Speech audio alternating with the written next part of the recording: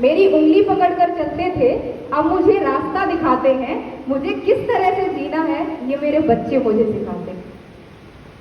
विषय थोड़ा संगीन है, बोलते हुए दुख भी हो रहा है कि जिसे हमने दुनिया दी, खाने को रोटी दी, रहने को घर दिया, पहनने को कपड़े दिए, यहाँ तक इतना बड़ा किया, आज वही बच्चे हमें इस मोड़ पे लाके खड़ा कर देते हैं। और उससे भी दुख मुझे इस बात का हो रहा है कि इस विषय में आप सबको जागरूक करना पड़ रहा है हमें इस तरीके से। जी हाँ, हम बात कर रहे हैं सीनियर सिटीजन एक्ट की। ये एक्ट हमारी सरकार द्वारा, उत्तर प्रदेश पुलिस सरकार द्वारा लागू किया गया है वृद्धजन के लिए, जो भी 60 वर्ष से ऊपर के महिला या पुरुष हैं सभी के लिए एक्ट है। इसमें क्या क्या बातें रहेंगी, आइए हम देखते हैं क्या क्या हमारे बिंदु रहेंगे।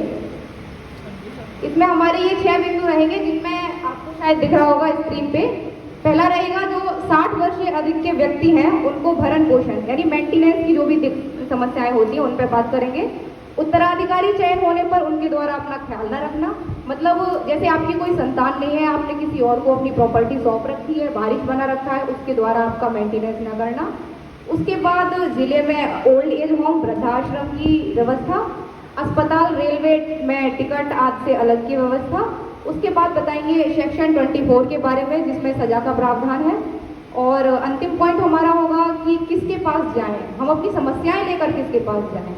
चलिए शुरू करते हैं। बदलते दौर में ये कैसा वक्त आया है, हम ही से दूर हो रहा हमारा साया है, आज उनकी जुबां पर लगा रहे बंदिश जिन बुजुर्गों ने हमें बोलना सिखाया है। चलिए शुरू करते हैं हम अपना पहला पॉइंट। 60 वर्ष से अधिक के जो व्यक्ति हैं और उनके बच्चों द्वारा अगर कोई परेशानी उनको मिल रही है, जैसे खाने पीने की समस्याएं हैं, रहने की समस्याएं हैं, दैनिक अपनी आवश्यकताएं जो छोटी छोटी होती हैं, दवा की समस्या है और कपड़े पहनने की बहुत छोटी छोटी आम जिंदगी में देखने को मिल जाती हैं। तो अगर आपका बच्चा या कोई आपकी संतान जिसको भी आपने बारिश बना रखा है वो ऐसी कोई आपके साथ घटना करता है तो आप उसके प्रति दावा कर सकते हैं, आपको उसे मेंटेनेंस देना ही पड़ेगा।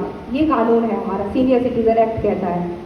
इसके बाद बात आती है हमारी नेक्स्ट स्लाइड की कि आपके कोई संतान नहीं है लेकिन प्रॉपर्टी बहुत है। काफ़ी देखने को मिल जाता है कि कोई संतान नहीं होती है, प्रॉपर्टी होती है, तो उस प्रॉपर्टी को हम किसी रिश्तेदार या किसी को ऐसे वारिस बना देते हैं, ये सोच के बनाते हैं कि आगे भविष्य में जब हमारे हाथ पैर थक जाएंगे, जब हम खाना नहीं खा सकेंगे, कमा नहीं सकेंगे, तो ये हमारी देख रेख करेगा। पर दरअसल ऐसा नहीं होता है। पहले तो हाँ बोला जाता है कि हाँ हम आपकी सेवा करेंगे, सब कुछ करेंगे, आपका ध्यान रखेंगे।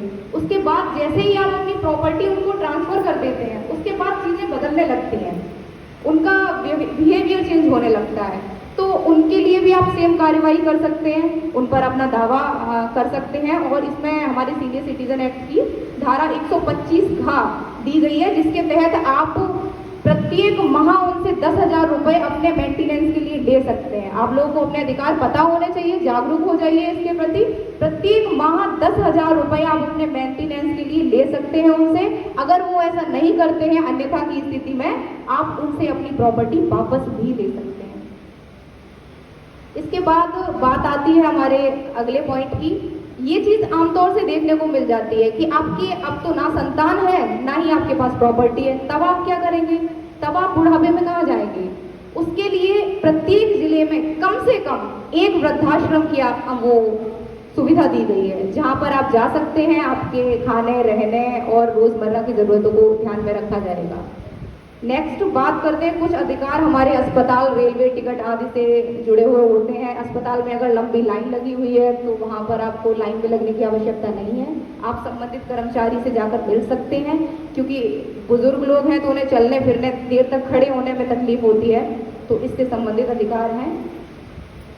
अगला हमारा पॉइंट आ जाता है लास्ट कि ये इसके तहत सजा का प्रावधान है। अगर आपने ये सब कार्रवाई कर ली है और फिर भी आपको ना ही बारिश के द्वारा आपको मेंटेनेंस मिल रहा है, ना ही अपने स्वयं के बच्चों के द्वारा आपको मेंटेनेंस मिल रहा है और ना ही वो आपकी प्रॉपर्टी वापस कर रहे हैं, तो इसमें सेक्शन 24 है हमारे सीनियर सिटीजन एक्ट का, उसके तहत आपको 3 माह की सजा या 5,000 रुपये जुर्माना या फिर दोनों देय होगा उससे।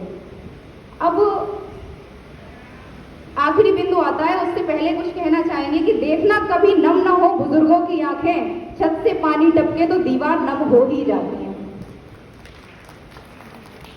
इसके बाद हमारा आखिरी पॉइंट रहेगा कि सबसे महत्वपूर्ण बिंदु हमें यही लगता है, आप अपने अधिकारों के प्रति जागरूक हो भी गए, उसके बाद कभी कभी ऐसी समस्याएं आती हैं कि हमें ये नहीं पता होता है कि अपनी समस्याएं लेकर हम जाएं कहाँ, किससे कहें।